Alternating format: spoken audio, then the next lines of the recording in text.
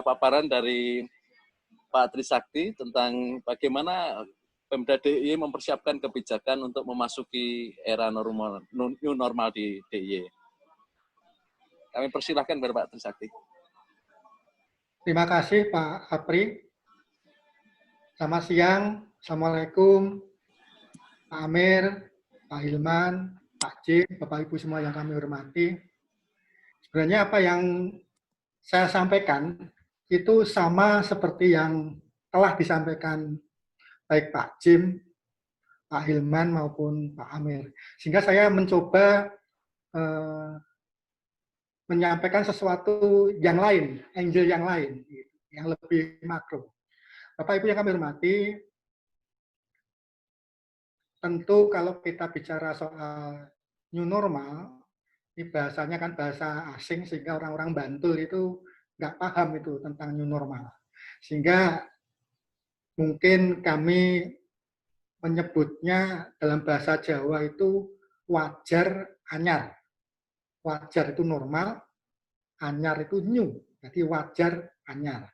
Dan kita berharap wajar anyar ini segera mewarnai kehidupan masyarakat dan kehidupan ekonomi di ini.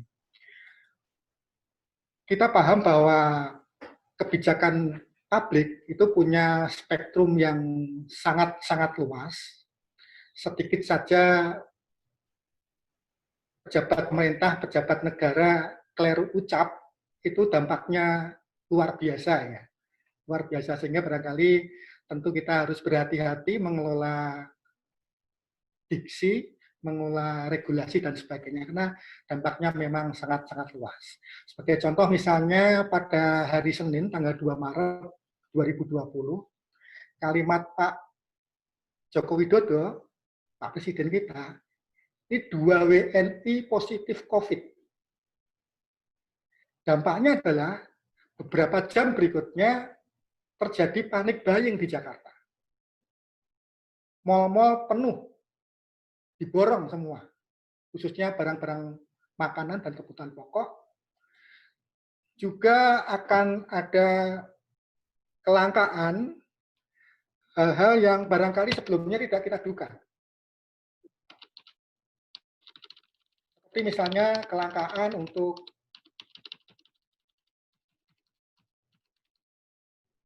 hand sanitizer, masker, maupun termometer. Ini kira-kira yang beberapa saat setelah Pak Jokowi menyebut ada 2 WNI terkena COVID. Sehingga barangkali kita memang perlu hati-hati ya. Bapak Ibu, juga di Jogja wisatawan menjadi sepi. Malioboro yang biasanya hiruk pikuk menjadi lengang seperti ini. Bapak Ibu yang kami hormati, kita paham betul bahwa sumber problem utamanya diawali dari kesehatan. Dan beriring waktu, problem kesehatan ini menjadi problem sosial ekonomi. Juga problem keamanan. Dan kalau tidak ditangani dengan baik, bisa jadi ini menjadi problem politik seperti di negara-negara yang lain. Jadi kita harus membatasi hal ini, yang maksimal menjadi problem sosial ekonomi dan sedikit problem keamanan, tidak akan menjadi problem politik kalau kita bisa menangani dengan baik. Dan itu memang merupakan semacam puzzle ya dalam hal penanganan COVID ini karena spektrumnya sangat-sangat luas. Untuk di DIY, penetapan status tanggap darurat kita paham betul melalui surat keputusan Gubernur DIY nomor 121 tahun 2020, tanggap darurat ini diperpanjang sampai tanggal 30 Juni 2020. Nah, barangkali SK ini perlu ya untuk administrasi, juga untuk penanganan pengadaan barang dan jasa dan sebagainya. Dan tentu saja untuk kehati-hatian kita, jangan sampai kalau kemudian tidak ada tanggap darurat, kemudian masyarakat menganggap masalahnya telah selesai. Dan beberapa waktu yang lalu, Bapak Gubernur menyampaikan kita akan tetap jaga perbatasan. Perbatasan mungkin di timur, di utara, dan di barat. Karena di barat itu barangkali juga Jawa Tengah, Jakarta, Jawa Barat, ini masih cukup belum selesai masalahnya. Jawa Timur apalagi, ini jaga perbatasan. Ini tetap diperintahkan oleh Bapak Gubernur untuk kita. Tentu dengan hal ini, kita tidak bisa berharap banyak wisatawan datang, baik dari Jawa Timur, Jawa Tengah, Jawa Barat, maupun Jakarta, dari wisatawan luar Jawa, lebih-lebih luar Indonesia. Jadi barangkali sampai 30 Juni yang digadang-gadang Pak Hilman, wisatawan, ini kita harus melakukan limitasi wisatawan. Terbatas barangkali untuk wisatawan lokal DIY dulu. Lokal DIY dulu. Belum bisa berharap wisatawan yang bersifat masif dari luar DIY. Barangkali seperti itu. Kemudian kita sudah membentuk gugus tugas, mulai dari bidang kesehatan, ekonomi, pendidikan, sosial, pengamanan, dan gakum, serta dukungan logistiknya. Bapak Ibu, kami dengan beberapa teman di Visipol UMY melakukan survei singkat, walaupun tinjauannya tidak terlalu teknis ekonomi, namun kami mendapatkan informasi tentang daya tahan finansial keluarga ketika menghadapi wabah COVID ini. Dari data yang kami dapat, survei singkat kami, 13% penduduk DIY ini hanya bisa bertahan finansialnya kurang dari 1 bulan. Kurang dari 1 bulan ini mulai 1 hari, 2 hari, sampai 30 hari. Ini 13%. Lebih dari 30 hari, dia akan menjual asetnya. Entah itu mungkin ya perhiasan, entah itu kendaraan. Kalau nggak menjual aset, mungkin dia hutang. Mungkin dia hutang untuk memenuhi kehidupan sehari-harinya.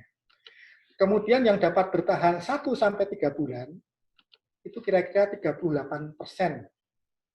keluarga di DIY. Dan yang bisa bertahan lebih dari 3 bulan, itu adalah 49%. Sehingga dari sini nampaknya dari sisi kewaktuan sudah separuh ya, saat ini ya tanggal 3 Juni, ini sudah sekitar separuh dari keluarga kita sudah lampu kuning dan lampu merah ya, dari sisi ketahanan finansial keluarga. Sehingga barangkali kalau ada yang sudah beraktivitas di luar, jualan dan sebagainya, ya ini bagian dari kondisi daya tahan finansial keluarga yang tidak bisa lagi untuk tetap bertahan di rumah. Bapak Ibu, kita paham betul teori psikologi Abraham Maslow, kita diberikan semacam deskripsi bahwa kebutuhan dasar kita yang tidak terelakkan paling dasar itu adalah kebutuhan fisik, makan, minum. Khususnya itu. Kalau kita tidak bisa memenuhi kebutuhan fisik, makan, minum yang paling dasar ini, kita tidak berpikir atau belum berpikir untuk safety need. Ini kata Maslow. Hanya mementingkan makan dulu saja, minum dulu saja yang dasar.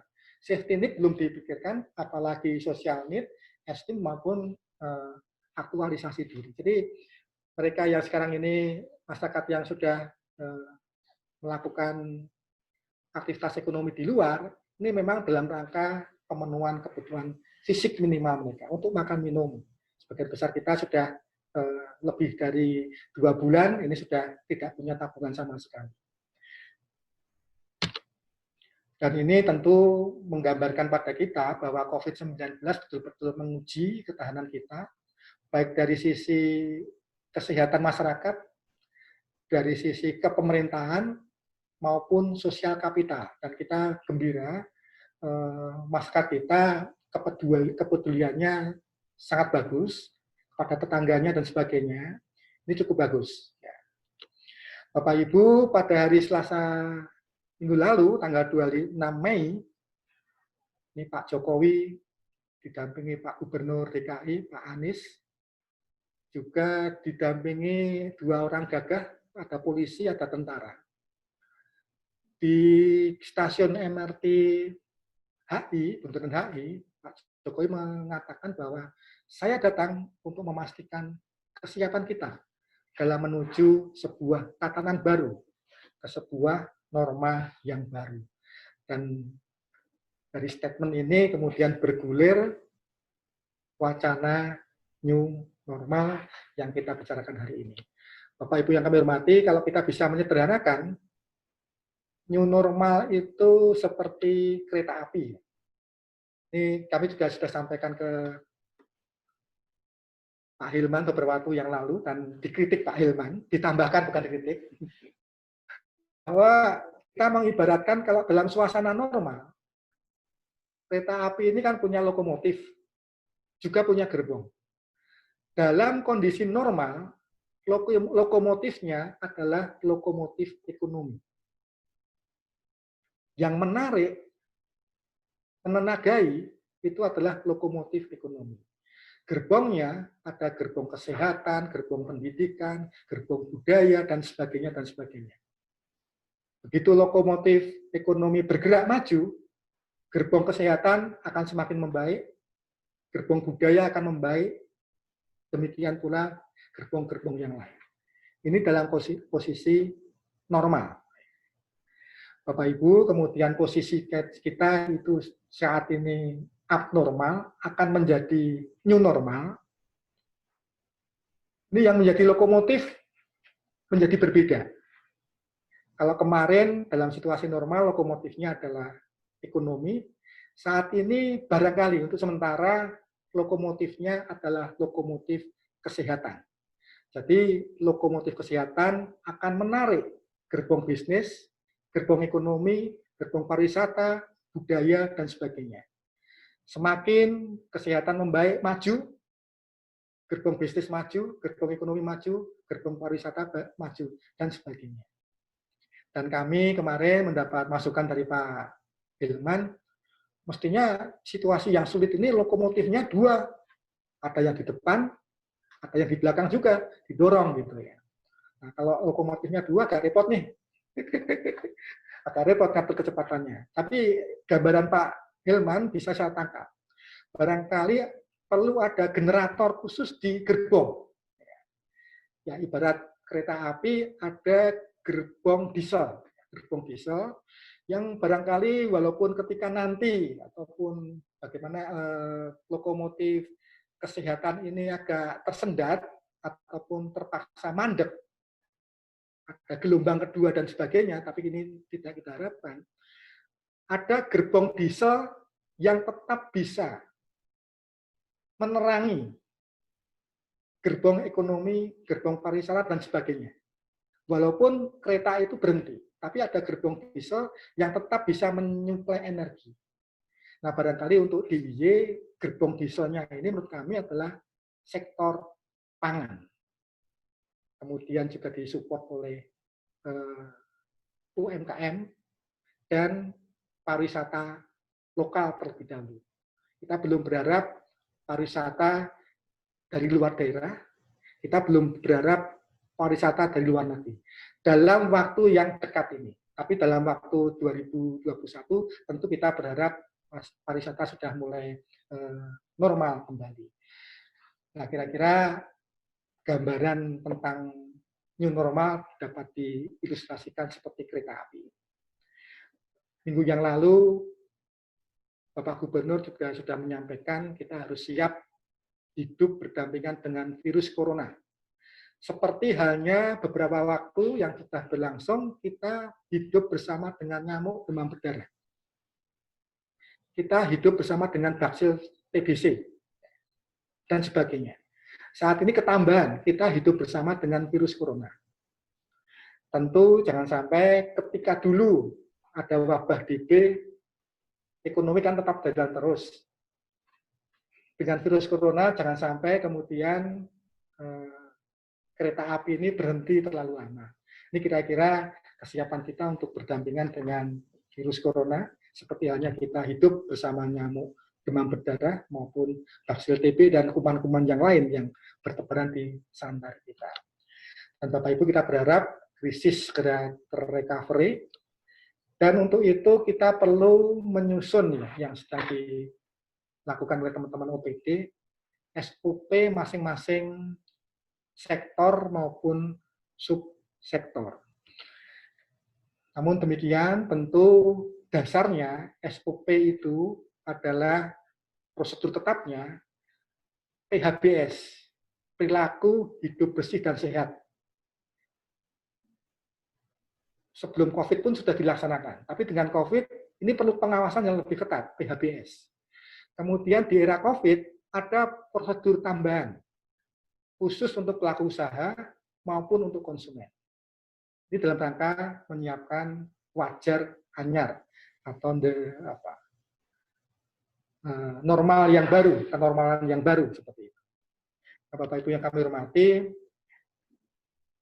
Bu Siwi dari Dinas Koperasi UKM mendapat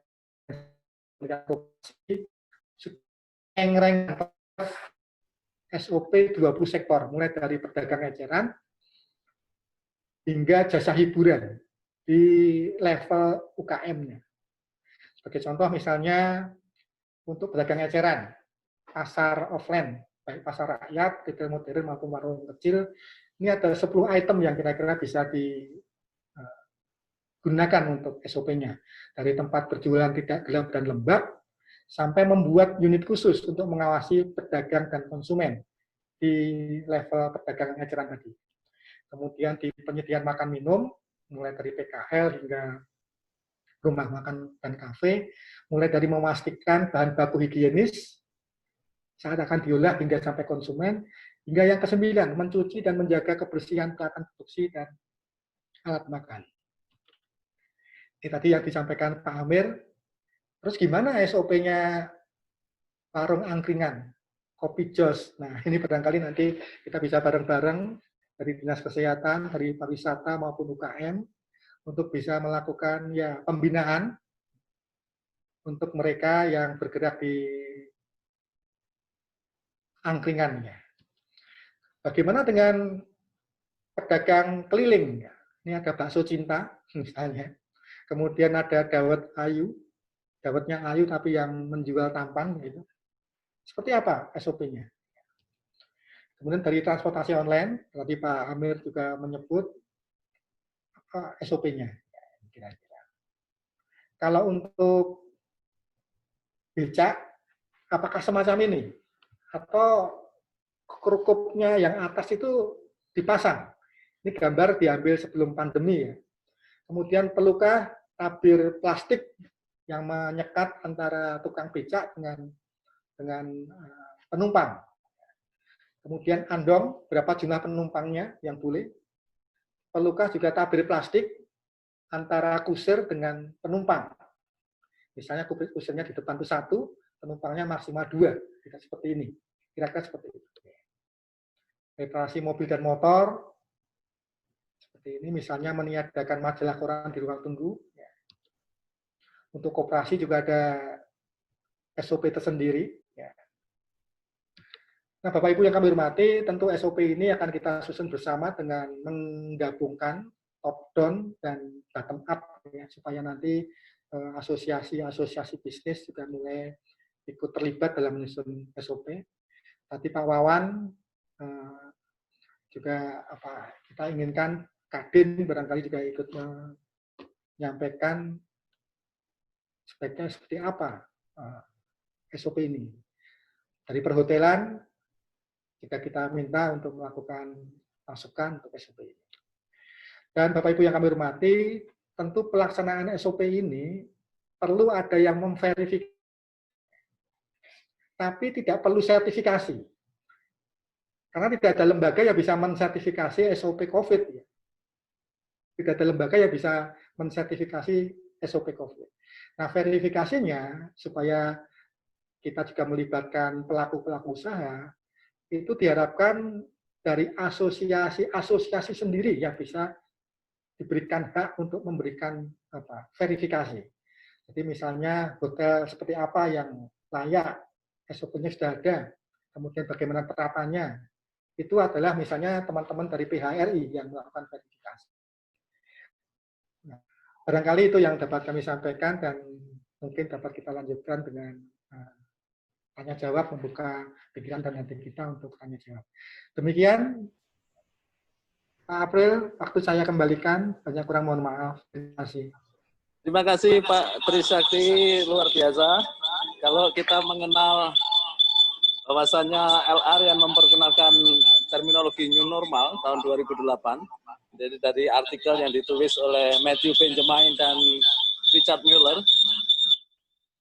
Nah, saat ini kita juga mendengar satu terminologi new normal yang disampaikan oleh Pak Trisaktiana, wajar anyar untuk menggantikan new normal. Kita persilahkan Mas Wawan untuk segera mempresentasikan atau mungkin menyampaikan sebagai pelaku usaha dan juga koordinator gugus tugas Zero COVID. Baik. Terima kasih, Mas Tim. Assalamualaikum warahmatullahi wabarakatuh. Salam sejahtera buat kita semuanya. Matur nuwun untuk para pembicara, Pak Hilman, Pak Parjiman, Pak Trisakti, dan juga siapa tadi yang sudah berkenan memberikan masukannya mengenai kondisi atau bagaimana kita untuk survival kita dalam menghadapi COVID-19 ini.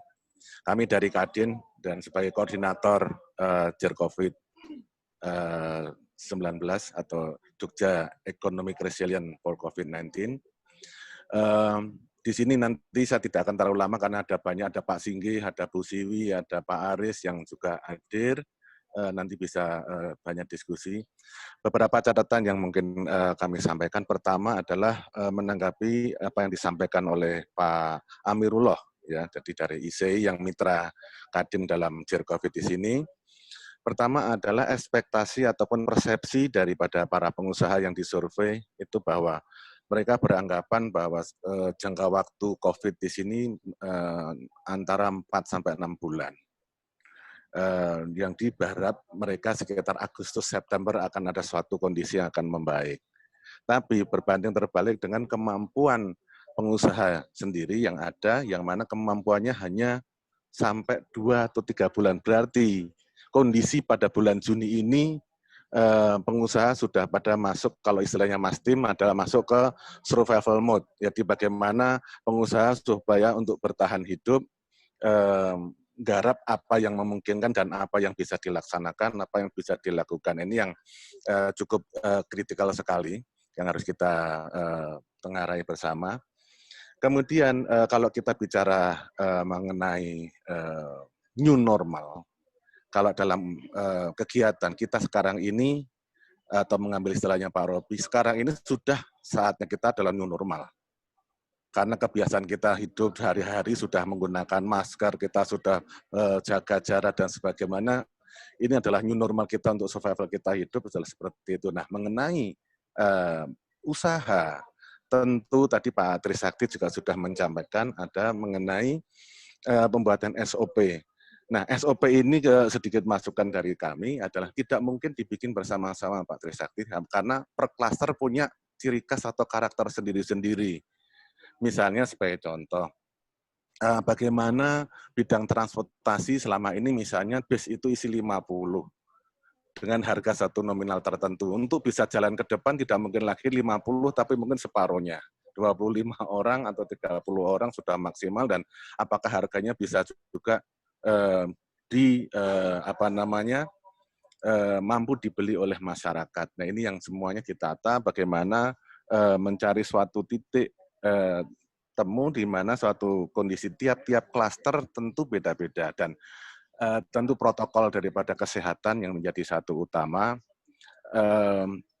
Di perhotelan juga hal yang sama. Yang paling berat memang adalah di bidang khususnya pengusaha kecil yang mana selama ini mereka contoh di pasar biasa jajaran dengan satu petak 1 meter kali 1 meter. Mereka harus keluar dari, misalnya contoh di Pasar Beringharjo, harus keluar dari Pasar Beringharjo kalau untuk menjalankan protokol COVID. Karena tempatnya tidak mungkin untuk-untukan semuanya jualan di situ.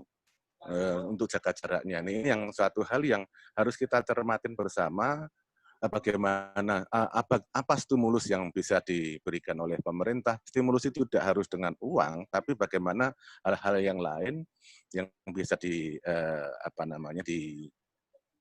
kita bersama sehingga masing-masing usaha itu bisa jalan dan mencapai suatu titik normal atau istilahnya normal yang sekarang ini untuk bisa survival-nya. Jadi karena di sini banyak pihak, tentu akan lebih bagus manakala kita sekaligus kita diskusi, karena mumpung ada banyak petinggi-petinggi atau pemangku kepentingan, ada dari OJK, dari BI, dari Pak Trisakti sebagai gugus tugas bidang ekonomi, dan juga ada Kepala Dinas Pariwisata, Indak, dan juga UKM. Ini sangat tepat waktunya, karena kemudian saya lihat ada sekitar partisipannya sekitar hampir 90 orang, yang tadi hampir 100. Ini untuk waktu mungkin tinggal kita punya waktu 15 menit. Monggo Mas Tim, jadi ini mungkin akan lebih cepat untuk sekalian kita diskusi saja bagaimana suatu masukan-masukan dari para peserta Zoom ini. Matur nuwun Mas Tim. Assalamualaikum warahmatullahi wabarakatuh. Waalaikumsalam. Terima kasih Mas Wawan. Jadi singkat ya.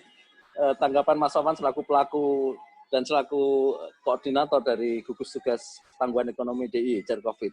Nah, Bapak Ibu, mungkin nanti kita akan mendengarkan tanggapan dari narasumber. Ada 2 pertanyaan yang sudah kita pilih. Yang pertama dari PHRI, Mas Muhammad ini menyampaikan bahwasannya Yogyakarta dan Bali itu dipilih menjadi salah satu role model untuk pemulihan ekonomi memasuki era new normal di Indonesia. Nah, pertanyaannya adalah kenapa kemudian kebijakan tentang pariwisata ini belum ada terobosan di mana pihak perhotelan ini segera diberlakukan untuk bisa beroperasi kembali, tentu dengan menerapkan protokol yang baru. Sehingga harapannya dari PHRI, mohon ada kebijakan untuk segera mengizinkan pihak perhotelan untuk membuka perhotelannya. Lalu kemudian dari UMKM ditanyakan bahwasannya sekarang ini dalam menunggu stimulus dari OJK, ini prosedurnya masih lama Pak. Sedangkan dari pihak kolektor ya, mungkin dari masing-masing lembaga keuangan itu sekarang ini sudah mulai menagih. Nah, ini bagaimana supaya ada percepatan proses stimulus keuangan untuk UMKM ini. Monggo, kami persilahkan yang pertama tentunya karena berkaitan dengan kebijakan ini ya kalau berkaitan dengan pariwisata ada Pak Singge ya di audiens. Tapi kami persilahkan kepada Pak Trisakti untuk menjawab persoalan kebijakan operasional hotel di era new normal di Yogyakarta.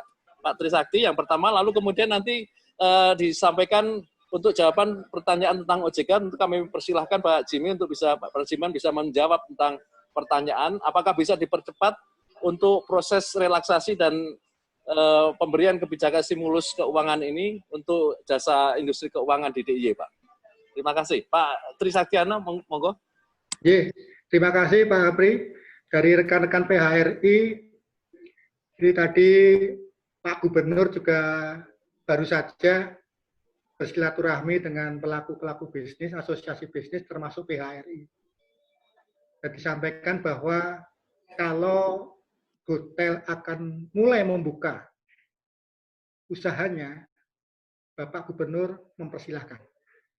Mulai saat ini Bapak Gubernur mempersilahkan, manakala hotel akan memulai usahanya.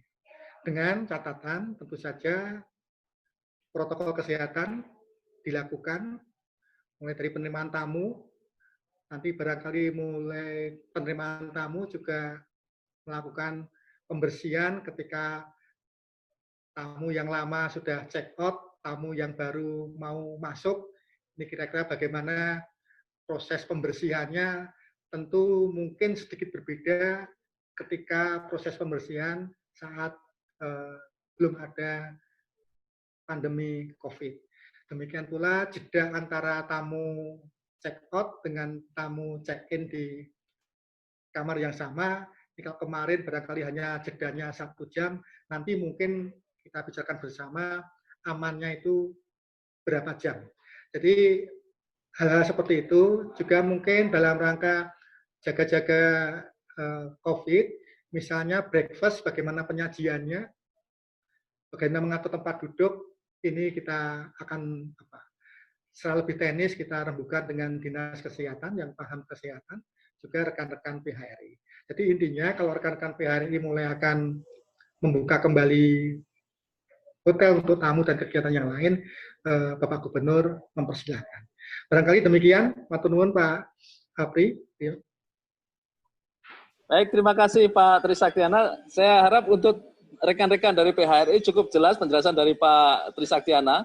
Sungguh luar biasa bahwa selain Zoom Talk ini, dialog dengan Zoom ini diikuti oleh 90 partisipan yang lebih. Ada wartawan, kemudian saya lihat ada UMKM bergerak di berbagai bidang, ada misalnya mie ayam dan sebagainya, sampai kemudian pihak perhotelan dan juga berbagai asosiasi.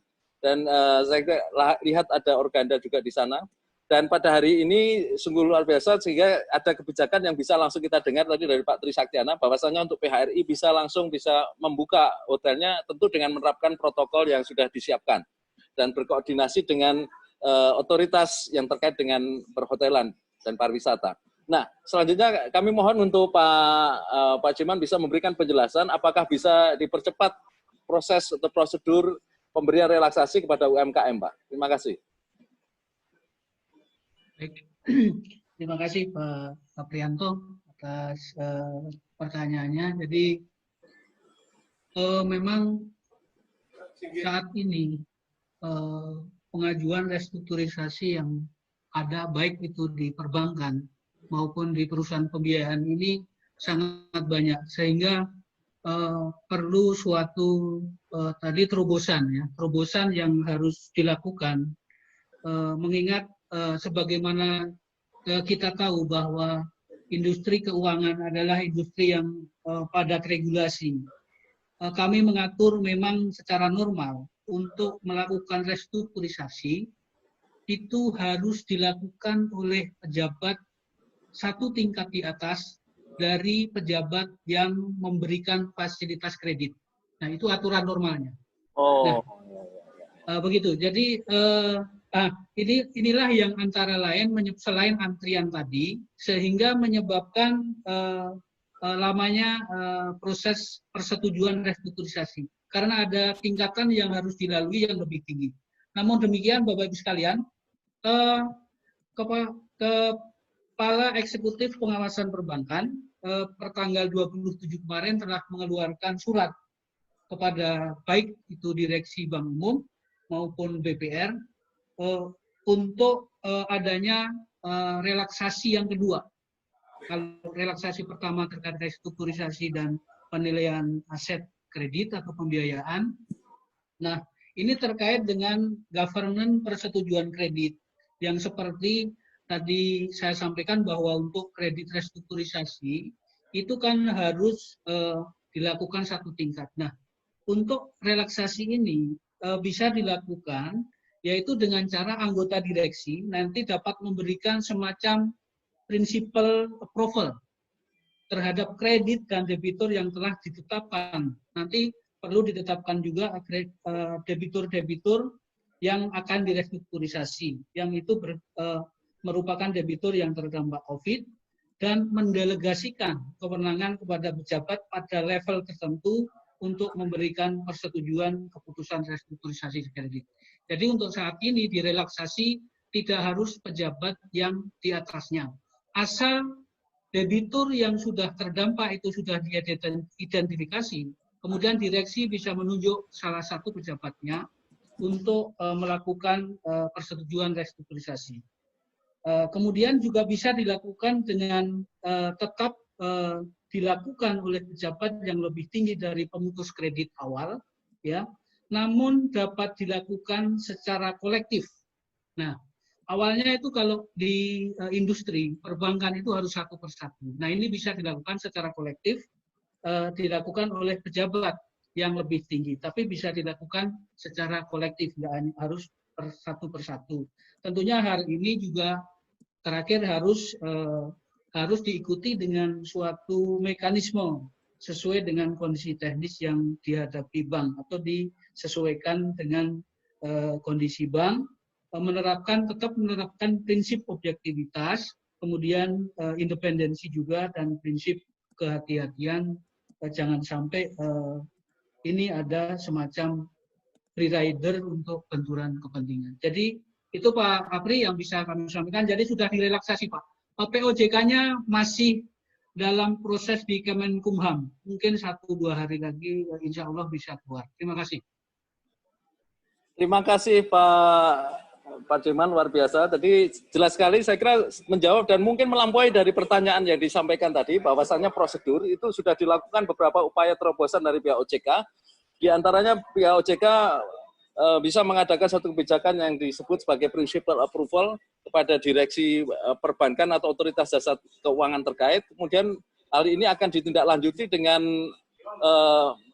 upaya-upaya untuk melakukan pengajuan relaksasi secara lebih cepat lagi, yaitu dengan disesuaikan kondisi bank dengan prinsip-prinsip yang objektif, sehingga tidak harus menunggu pejabat yang memutuskan persetujuan kredit untuk memutuskannya. Nah, saya kira ini tentu upaya-upaya terobosan kebijakan yang sudah dilakukan OJK dalam rangka mempercepat relaksasi untuk UMKM maupun dunia usaha. Terima kasih Pak Parjiman atas jawabannya yang cukup komprehensif. Berikutnya, karena waktu sudah mendekati selesai ya, jam 14, kami persilahkan kepada Mas Amirullah untuk menyampaikan closing statement-nya. Kemudian nanti saya persilahkan kepada Pak Hilman, nanti sudah Mas Amirullah. Ada closing remark nggak Mas Amirullah? Oke, yes, kita Pak. Baik, terima kasih Pak Tim. Saya kira menarik mendengarkan penjelasan dari Pak Hilman, Pak Jimmy, Pak Tri, terkait dengan apa yang sudah disiapkan tadi dan overview makro. Saya kira memang ada ada similarities dari apa yang kita sampaikan, meskipun tidak semuanya sama Pak, karena analisis kita, survei kita sangat mikro sifatnya, keperlakuan, sementara yang disampaikan tadi juga overview makro. Tapi saya kira ada satu benang merah yang mungkin bisa kita samakan. Jadi intinya memang mau tidak mau kita harus masuk kepada era baru, equilibrium baru, new normal, wajar anyar. Saya bisa kita viralkan istilah itu untuk kita, karena bagaimanapun juga memberikan penekanan pada local wisdom saya kira sangat penting Pak untuk mempermudah masa edukasi. Dan bahwa sekarang ada beberapa hal yang kalau kita ikuti di media, PHRI sudah memberikan satu langkah-langkah membuat paket-paket produk mereka. Asita saya kira juga sama, sudah melakukan beberapa langkah strategis untuk bisa mempersiapkan era baru ini. Bali tadi Pak Tri juga sudah menjelaskan, mungkin ada Pak Singgi nanti kalau berkenan juga bisa memberikan. Agak sedikit berbeda kalau Bali, rupanya Bali lebih mengutamakan tamu asing, karena kalau orang lokal katanya sudah sering di situ, jadi anytime dia bisa menikmati. Tapi tidak semua tempat dibuka, kalau saya nggak salah. Cuman di Labuan Said sama Canggu itu yang dibuka, karena ombaknya sangat tinggi, dan memang hanya yang khusus aja, wisatawan khusus yang ada di situ. Artinya memang pertanyaannya apakah kita dulu-duluan untuk bisa menggarap pasar, ataukah kita kuatkan dulu secara internal, baru kemudian kita bisa membuka diri, ya, agar Jogja ini benar-benar siap, kemudian setelah siap betul, bisa meningkat daya saingnya, kemudian pada saatnya nanti Jogja akan bisa berakselerasi di dalam mengejar ketertinggalan selama COVID. Mungkin itu Pak, tetap dengan optimisme, tetap dengan masing pihak, perbankan, pemerintah, semuanya saya kira tidak bisa dihindarkan. Kemudian memanfaatkan infrastruktur baru, saya kira juga ini agenda yang mungkin sedikit tertinggal. Ya, kita lihat bandara sudah mulai ramai, ya. Kemudian mudah-mudahan nanti dalam waktu tidak terlalu lama new normal juga sudah diterapkan dengan sangat baik di sana. Mungkin itu saja Pak Tim. Nanti mungkin dan Ibu dari asosiasi, kalau diperkenankan kita lanjutkan lagi yang second round untuk bisa melihat, memotret kira-kira ketahanan usahanya seperti apa, sehingga hasil yang sudah kita dapatkan apakah konsisten ataukah mengalami perbaikan nanti. Karena Mei kemarin kan itu respon sebelum ada perpanjangan tanggap darurat. Nah, setelah sekarang ini sudah ada kebijakan-kebijakan, apakah tetap sama keputusannya seperti kemarin atau berubah? Harapan kita berubah dan semua baik. Harapannya baik, persepsinya baik, responnya baik, dan seterusnya, sehingga itu mempercepat usaha kita untuk memperbaiki ekonomi di DIY. Mbak Pilih mekaten, Pak Tim, matur nuwun sangat Bapak dan Ibu sekalian. Terima kasih Mas Amir. Mungkin Pak Ilman ada catatan closing remark, Pak Irman? Iya Pak Pri, sedikit aja Pak. Terima kasih sekali. Sebenarnya ini hadir nih ini ada Pak Singgi, Bu Siwi, saya lihat Pak Aris gitu ya. Kami yakin DIY ini punya potensi, dan saya itu sebenarnya tidak ingin timbul dikotomi antara masalah kesehatan dan ekonomi. Itu penting sekali menurut hemat saya ya. Ketika kita memahami dua-duanya ini menjadi sebuah hal yang penting, nah ini akan menghasilkan sesuatu yang positif banget buat DIY. Saya tuh menangkap sekali tadi yang disampaikan oleh Pak Tri itu dengan istilah apa? Wajar anyar. Wajar anyar, Pak. Nah, saya harap wajar anyar itu betul. Artinya ketika kita berkegiatan, itu berkegiatan ekonomi, betul-betul kesehatannya itu pasti itu kesehatan dilakukan, tetapi ada satu hal harus ini jadi momen bukan momen of truth, apa sih namanya ya? Saya melihatnya gini ya Pak.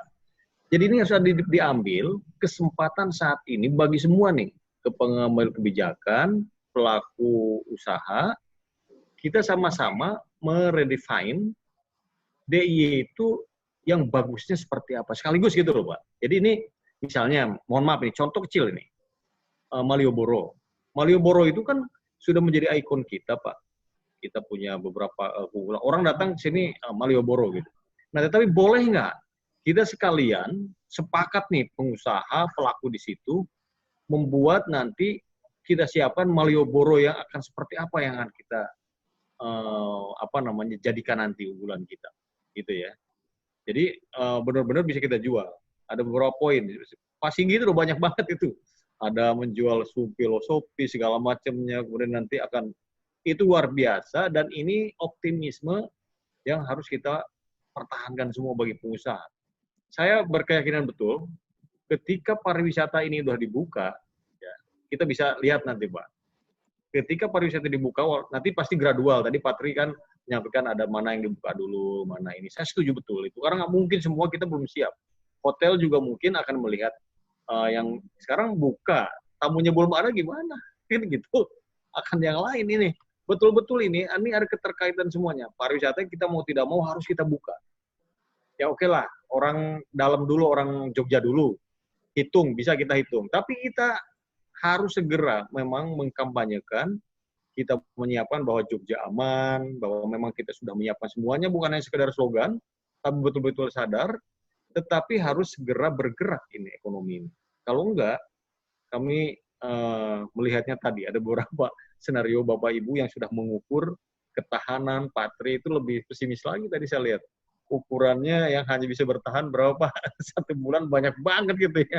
Kalau saya kemarin, di survei saya masih ada yang masih 20% tuh bertahannya sampai 6 bulan gitu ya.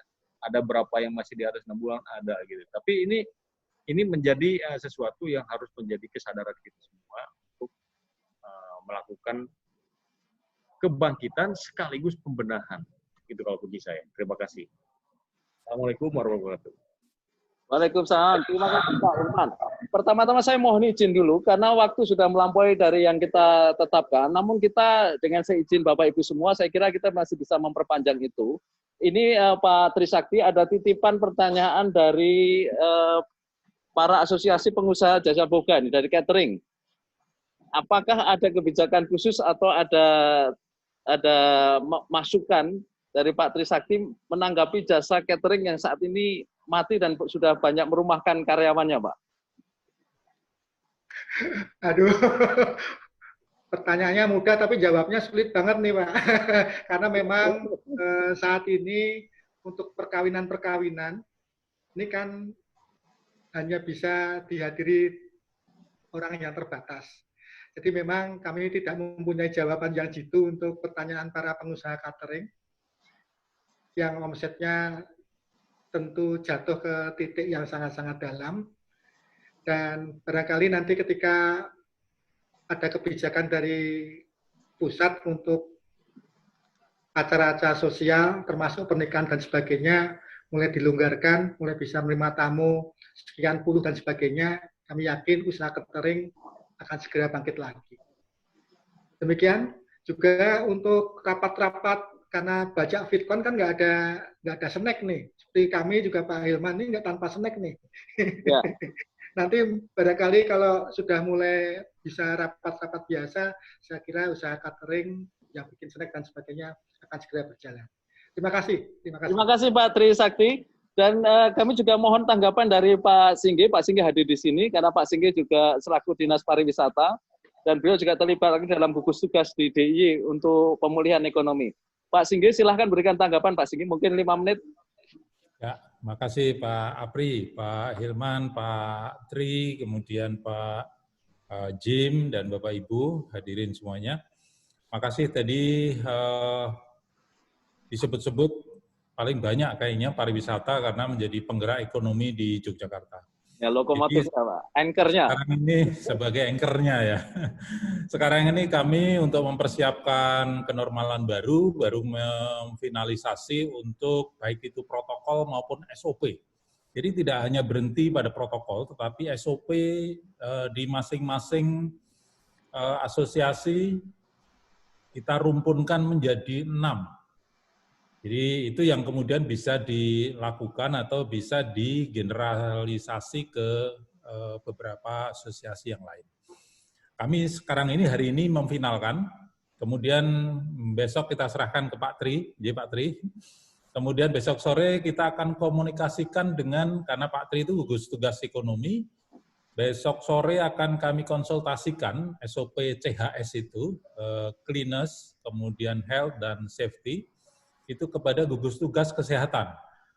Kami referensinya kedua itu, jadi ekonomi dan kesehatan. Sehingga ini menjadi bagian bagaimana kemudian baik protokol maupun SOP itu betul-betul bisa dilaksanakan. Minggu depan kami akan lakukan simulasi. Jadi untuk memastikan bahwa SOP dan protokol ini betul-betul bisa dijalankan. Kami simulasikan kerjasama dengan kabupaten kota, terutama juga pasti dengan industri atau asosiasi. Dan saya berharap nanti setelah ada evaluasi, kemudian kami akan menerapkan uji coba terbatas.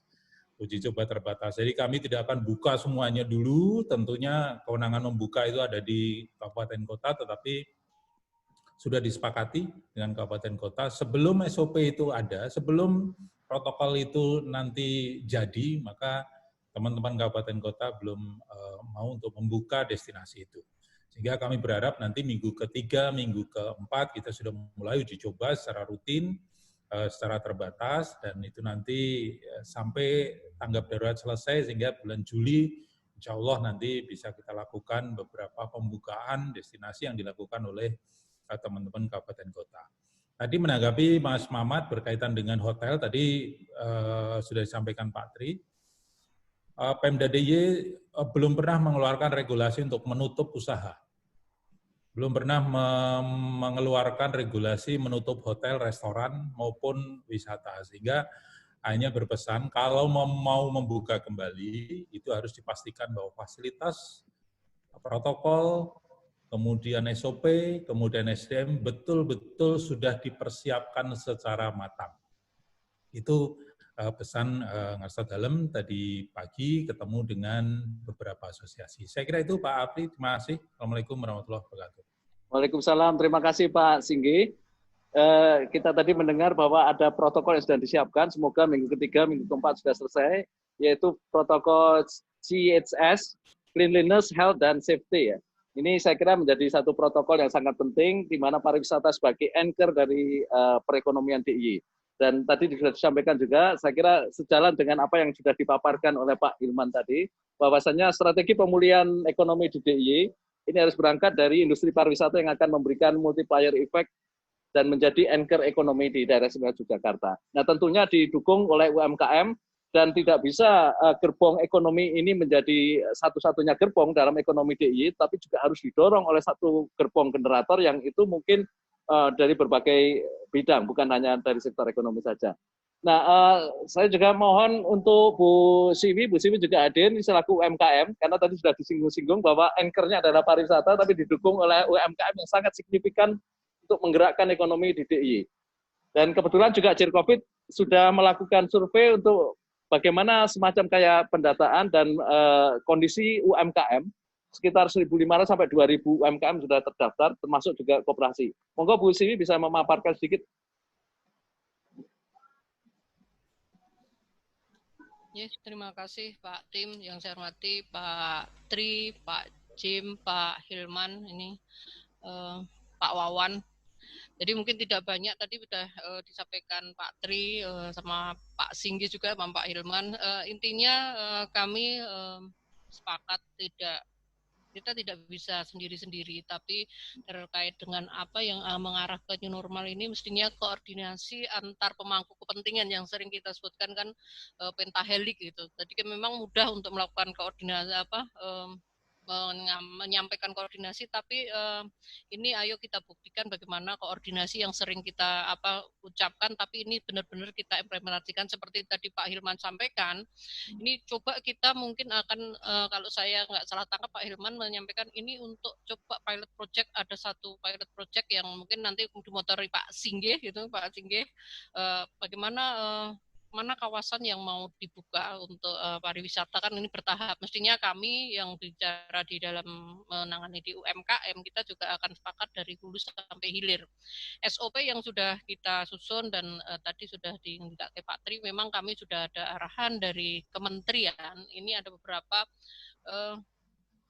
SOP yang ini memang belum harga mati. Kemarin kita juga sudah sampaikan ke beberapa pelaku, kita juga sudah koordinasi dengan Pak Wawan, dengan ada wakil dari akademisi, dengan para pelaku langsung yang harapannya SOP ini benar-benar bisa diimplementasikan, tidak hanya sekedar OP. Tapi yang paling penting Pak Tim dan Bapak Ibu yang hadir di sini, bagaimana penegakan terkait pelaksanaan dari SOP itu. Mungkin ini yang menjadi kalau Pak Tri tadi tidak ada sertifikasi, tapi bagaimana siapa yang memverifikasi. Karena tadi saat kami juga rapat di Bapeda disampaikan Pak Kepala Bapeda, banyak sekali ketemu di lapangan, mungkin di pasar tradisional, mungkin nanti dengan Pak Aris Rianto juga, ini yang kemarin kita sudah ada gerakan masker, tapi ini cuma mungkin 1 hari, tapi setelah itu juga belum melaksanakan secara betul. Padahal kita kemarin sudah bagi masker, tapi berikutnya belum pakai masker. Terus yang kedua, terkait dengan hal-hal yang nanti mungkin kita diskusikan bersama, nyuwun sewu Pak Tri, bagaimana penegakan itu kalau bicara UMKM tadi kan Pak Tri sudah ada bagaimana ini pedagang, ada kopi jos, apakah kopi jos itu sudah sesuai dengan peruntukannya di kawasan itu. Jadi kalau memang itu harus ada sesuaikan dengan itu tadi kan hal-hal yang seperti ini kami berharap mungkin dari hulu sampai hilirnya sepakat dengan Pak Hilman, ini mesti harus satu persatu harus ada benang merahnya. Yang selanjutnya tadi di mungkin kita UMKM itu kan ada berbagai, ada terkait UMKM yang kuliner. Nanti di UMKM kuliner ini nanti juga legalitas sertifikasi ini juga kita akan mendorong, dan kami juga kami akan memfasilitasi, tapi motivasi dan motivasi dari para pelaku UMKM ini kami tetap kita juga saling koordinasi. Jadi hubungan kita kan mutualisme dari kebijakan ada, tapi yang mempunyai motivasi untuk segera ini kita lakukan, ini kan kami juga tanpa ada dari para pelaku UMKM yang punya motivasi tinggi, kita juga tidak akan jalan gitu. Jadi kemarin sudah ada arahan bagaimana halal yang sekarang halal kan ini juga karena kita mungkin berhenti, tapi mulai mungkin bulan Juni itu kita juga sudah mulai melalui online gitu. Jadi intinya kami siap Pak dengan Pak Arjman terkait dengan tadi Pak Tim, kalau kita baru dengan COVID melakukan survei yang nanti hasilnya ini akan kita lakukan. Tapi karena memang kalau tadi dari Pak Arjman ini kan mungkin lebih ke UMKM yang apa mungkin sudah ke mikro kecil, tapi banyak sekali UKM-UKM yang mungkin sudah tidak mikro lagi, mungkin mikri atau ultra mikro yang kemarin disampaikan ternyata mereka itu punya permasalahan, sudah pesen bahan baku, sudah ngutang, tapi ngutangnya itu bukan ke lembaga perbankan atau tapi kepada para distributornya. Nah, ini juga menjadi permasalahan bagi kami yang ini harapannya nanti ada kebijakan tersendiri. Tapi intinya kami nanti siap dan SOP-nya sepakat Pak Tri besok pagi sudah harus dikirim dan kami juga sudah koordinasi dengan para pelaku. Kemarin kami tambahi karena ada tambahan satu lagi, reseller ini menjadi UMKM yang sekarang baru diminati. Jadi kan dengan adanya job lab yang banyak ternyata reseller untuk para pelaku UMKM juga ini sangat potensi. Dan satu lagi Pak Hilman, sepakat Pak Hilman, UMKM-nya tidak hanya sekedar yang jualan mungkin yang, tapi kita juga arahnya ke ekspor. Tapi ini pun mestinya juga kita harus ada kesiapan dan tadi saya dihubungi dari Kementerian Luar Negeri yang nanti jam 5 akan hubungi lagi terkait dengan ekspor ke Eropa. Tapi ini mestinya harus ada kesiapan DIY ini potensi yang mana yang siap untuk nanti kita difasilitasi oleh Kementerian Luar Negeri untuk ekspor. Jadi ini kan kayaknya kita optimis dengan adanya apa ya musibah, sering Pak Tri sampaikan musibah tapi mungkin membawa berkah itu juga masih ada, tapi tidak semuanya. Mungkin ini Pak Tim, saya berharap mungkin dengan kita bisa bersinergi, ini semuanya bisa membangun apa Pak Tri tadi wajar anyarnya gitu, wajar anyar atau keunikan yang ada di DIY ini menjadi nilai jual tersendiri. Terima kasih. Wassalamualaikum.